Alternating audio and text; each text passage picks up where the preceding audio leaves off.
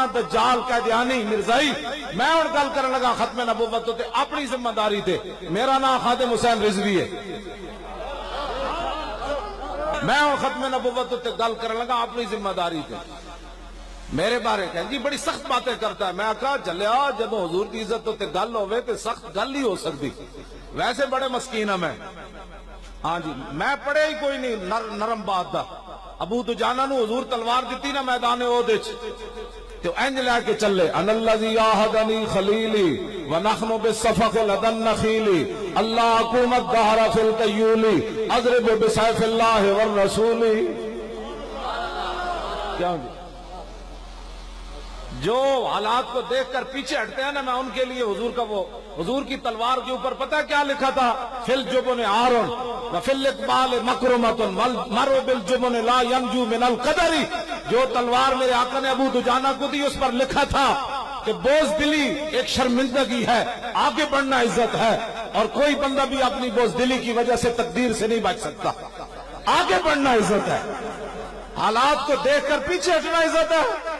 حالات کدے بھی ٹھیک نہیں ہوئے جب حضور نے لوگا پتھر رہتے مار دیتا ہو تو حالات ٹھیک سے مولوی خادم کی پگڑی نہیں کھلنی چاہیے اپنی پگڑیوں کی حفاظت کے لیے لوگ حالات کا رونا روتے ہیں حالات کا رونا نہیں رونا کچھ بھی نہیں ہونا کیا آخر موت ہے نا اس سے بڑی کیا بات ہو سکتی ہے کائنات میں خالد بن ولید دی قبر تے حاضر ہویا ملک شام لکھیا سی قول خالد بن الولید حین حضرت الوفات لقیت قضا و قضا زحفا فما فی جسدی شبر الا وفی ضربت بسیف او رمیت بسہم او طعنت برمح وہا نموت علی فراشی حتف انفی کما یموت البعیر فلا نامت آئین الجبناء فرمایا خالد بن ولید اس ویلے گل کیتی جد دنیا تو جان لگے فرمایا میں بڑی بڑی جنگاں وچ حاضر ہویا میرے جسم تے ایک بالش جگہ نہیں بچی جتھے تلوار تے تیر تے نیزہ نہ لگیا تیرا میرا جسم زیادہ قیمتی ایک ہتھکڑی بھی حضور دی خاطر نہ لوا سکیا ایک ہتھکڑی بھی حضور دی خاطر تو نہ لوا سکیا ایک پرچ بھی حضور دی خاطر نہ کٹا سکیا فرمایا جسم تے ایک بالش جگہ نہیں بچی فرمایا اس موت نو میں بڑی جنگاں میں تلاش کیتا ادوں تے نظر نہ آئی آج خالد نو کمزور سمجھ کے آ گئی کیوں جی موت بھی نہ آئی آخری جڑا جملہ ہے نا خالد بن ولید دا بڑا ڈاڈا ہے آپ نے فرمایا فلا نامت آئین الجبناء فرمایا بوز دلاں شالا کدی نیند نہ آوے فرمایا بوز دلاں نو جا کے میرا پیغام سنا دینا جی تلواراں تے تیراں تے نیزے نال مردا خالد کدوں دا مر چکیا ہوندا مرنا اس سے ویلی ہے جس میں موت آئی ہوئے بندے نے ہاں جی لبیک یا رسول اللہ ہن دوسری فرمان جنگ یرموک مسلمانوں دی تعداد 36,000 کافراں دی تعداد 3.5 لاکھ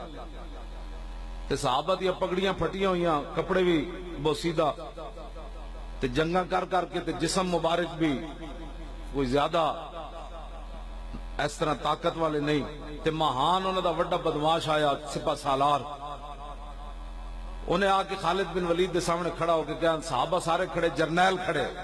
زمین آسمان نے منظر نہیں ویکھے ہونا خالد بن ولید بھی کھڑے حضرت مسنہ بھی کھڑے حضرت شرحبیل بھی کھڑے ابو عبیدہ بن جراح بھی کھڑے معاذ بن جبل بھی کھڑے بڑے شیر صحابہ کھڑے اے نہیں سی کسی نے کہا جناب اسی فلانی جنگ جے لڑی لہذا ہن گھر بیٹھ جائیں نابینا صحابی بھی کھڑے عبداللہ ابن ام مکتوم تے بڑھے صحابی بھی کھڑے 86 سال عمر بن مادی کرب بھی کھڑے تے ہاتھ کٹے ہوئے عمر بن طفیل دوسی بھی کھڑے